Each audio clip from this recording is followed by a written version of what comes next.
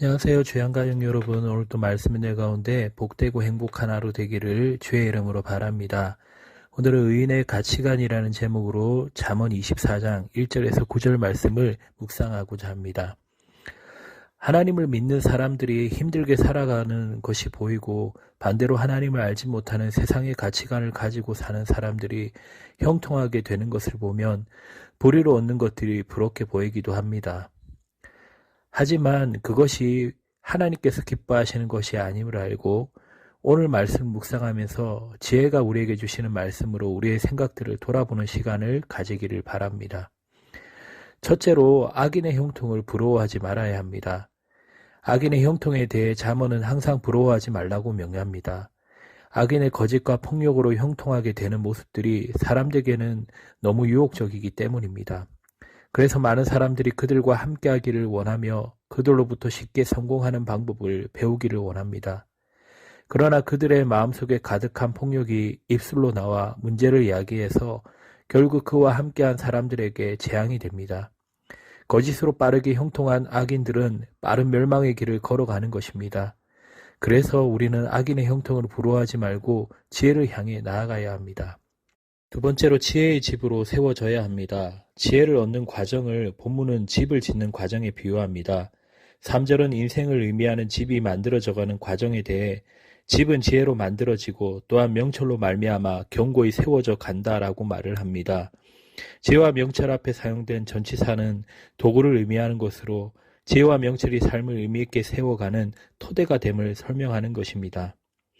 4절은 이제 세워진 집에 무엇이 담겨 있는가를 설명하는 구절로 지혜의 실질적인 측면인 지식으로 방들이 귀하고 아름다운 보배로 채워져 가는 모습을 묘사하고 있습니다.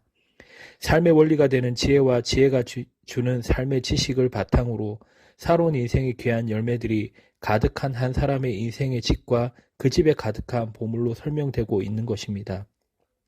세 번째로 지혜 있는 자의 강함입니다. 5절은 지혜의 능력을 전쟁의 비유로 설명합니다.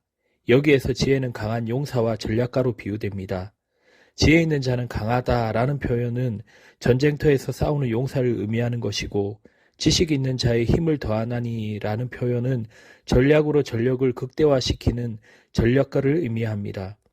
6절은 지혜의 두 번째 비유인 전략가에 대한 설명입니다. 뛰어난 전략가의 지략이 있어야만 전쟁에 승리할 수 있음을 강조하고 있습니다. 7절은 강한 용사의 이미지로 성을 굳건히 지키는 장수의 모습을 지혜에 비유하여 어리석은 자들은 결코 이 성을 점령할 수 없고 근접할 수도 없음을 나타냅니다. 우리는 지혜로운 자가 누리는 유익이 다양함을 생각하며 지혜를 추구하며 살아가야 합니다.